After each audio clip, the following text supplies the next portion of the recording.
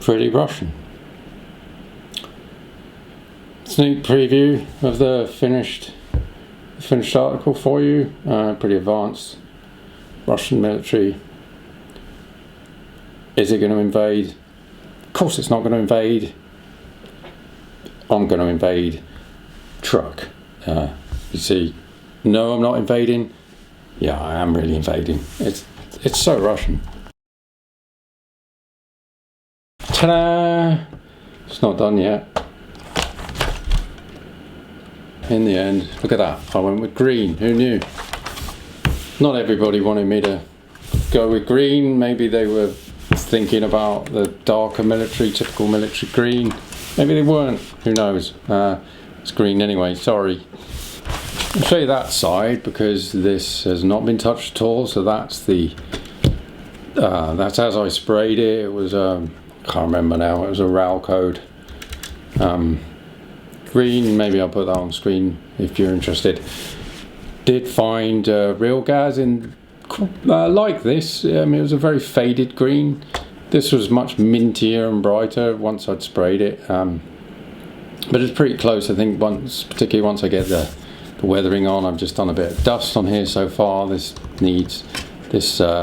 toolbox needs a bit of work, different colours and layers and things, and a bit of wear. I'm going to do chipping and wear on there. So this has had more. This has had some rust and a lot of dust. I've had to go a lot lighter with the washes and things. What do you call them? Weathering washes. I got some lighter ones. I got dust and deposits. I'm using these AK interactive things, and they're really good. Enamel ones. I don't know. You have to use. I think you can use white spirit. I'm using cellulose thinners to clean the brushes and to thin them and stuff. I've got a light rust one which works really well. There's done quite a lot of rust detail with that around there. It's a little orangey at the moment. I'll blend that a little bit in places, tone it down, make it look less orangey. But they're nice because the darker ones that I have used before, and I'm no way an expert at weathering, is only the truck that I've ever weathered. I don't know. Some I've done some trucks. Yeah, even like a light grey wash comes out really dark. In fact, this bodywork is only on temporarily, so the dark streaking grime, I think one of them's called, which I had to use a fair amount of on the dark green CA30 I did to even show. You can see under here just how greasy and grimy that looks. I think I need to add a few bits. But yeah, I figured it would be filthy under there, wouldn't it? So that's okay. So I started under there, but then even the light grey that I got subsequently was really, I haven't done it then, it was really too much. I had to really tone it down and get a lot of the dust in. Added some of that rust as if the water's been running from these hooks. I haven't done this top rail at all yet. I haven't quite decided what I will do with it. I might even leave it fairly fresh looking because it will look such a different colour. I do want it a different colour. I was thinking of spraying it a shade, one shade darker sort of thing. I've seen that as well, slightly two-tone, but I'm not sure. Be a lot of masking. I'm not sure. I'll think about that. There's still plenty to do on that. Mud flaps. 4 mud flaps on the kit. I like mud flaps. What can I say? Truck nerd. In the bed, I've gone heavier with the oil and stains and rust, and also scuffing. I've scuffed it and worn it like they've been shoving cargo in and out. And on the tailgate, and a bit of scratching and that on the handles, footrests, whatever. they're both ring, aren't they? Also, it's kind of odd. It's got these two crates, one being the battery crate and one just being a dummy that covers the huge motor, which is sitting right in the wrong place with the shift servo. One annoyance is this is a standard height servo. I measured it and all the replacements were the same. I don't remember the actual measurement, 49 millimeters or something like that, and it's pretty standard in it. That's what it is, but it doesn't fit. It doesn't fit under this arch, so you can probably see up in there I've had to file it out so it would sit down properly, because initially I looked for low profile servos, but a waterproof low profile servo costs quite a lot of money, so easier to file that away, and then it's fine. It's no big deal. Despite these two massive boxes, let me get this on. Oh, don't let me get it on, I don't know. I'm so impatient. God. Right. So despite these two colossal boxes in the back, which I painted two different colours to make them look less odd, hopefully, and I've done these amazing serial numbers, which I'm ludicrously pleased with.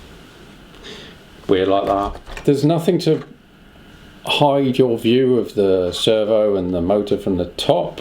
Obviously you've got spare tyre sitting in there from the side, and this toolbox. So slightly hide it, but they're still in there, and they show up. I'm going to, what am I going to do? I'm probably just going to use tape, to be honest.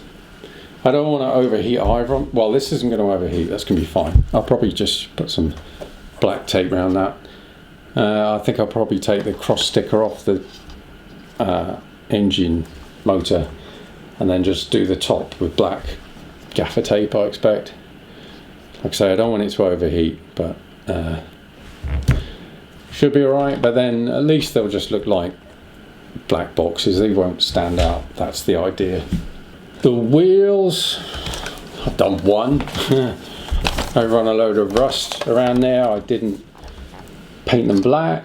I feel like they would be black, but if I started with black, the weathering wouldn't really stand out. So I started with this German green, which I had, German grey, which I had, Tamiya thing. I'm going to weather it, rust them.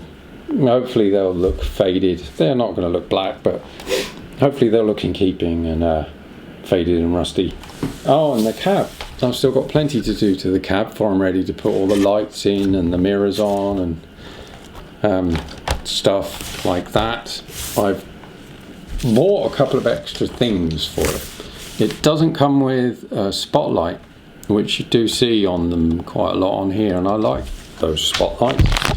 So I bought, well, I bought two actually, because they had to come from Hong Kong, and I thought when they were on the way I might as well get both, just in case one's better than the other. I think one's got a different mount as far as I remember. One was definitely 20 millimeters, I think. One was definitely probably 20 or 22 millimeters, definitely. And the other was or wasn't. If that helps, I might combine the two. I'll either that, or I'll just pick the one that works the best. I'll mount that on there. I think that'll look pretty cool. I'll wire it in. It'll look spotty. While I'm probably off the subject, I can't even remember anymore what the subject was. I've also bought this winch, Chinese cheap winch from eBay. It's about £15, as we call them here. That's what we call dollars. We call them pounds. It's not going to stay anodized red. I'm going to paint it, but it looks like the right kind of design. The right kind of basic looking style for this that I see on real Gazis, goes. There's just enough room, I think, on this checker plate. I don't know if you can see it. Quite a nice little checker plate on the front. That's real metal. Oh yeah.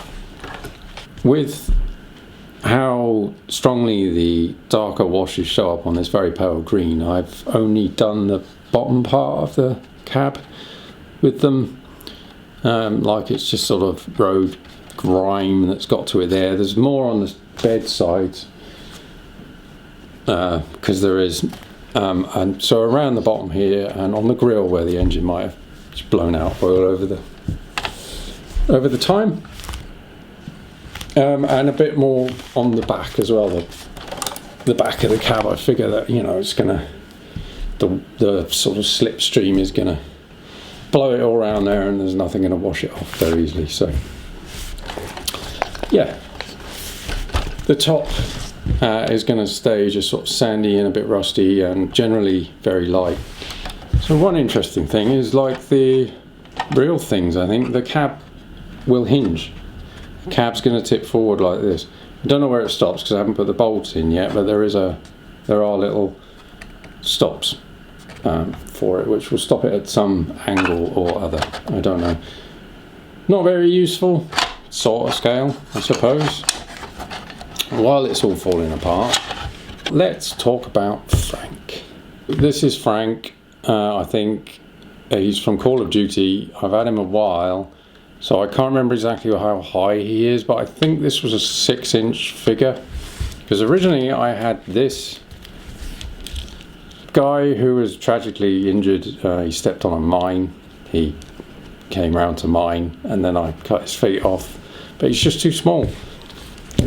This interior is not very scale. I think it looks nice, but if you look at the real truck, it's not very accurate. The real truck, the seats are basically just sort of flat things on top of the body of the wheel arch, on the inside of the cab. They're really, really low. It must be like driving an old Mini, if you've ever been in one of those. Not a lot of leg room. Which is, you know, Frank's unfortunately had to lose his boots, so if he dies now, he can't die with his boots on. This guy went in, but he just looked like a child. He looked too small, even though if you sit him on the actual chair, he's the same height, as you can see, but he's like ½ an inch smaller than this one.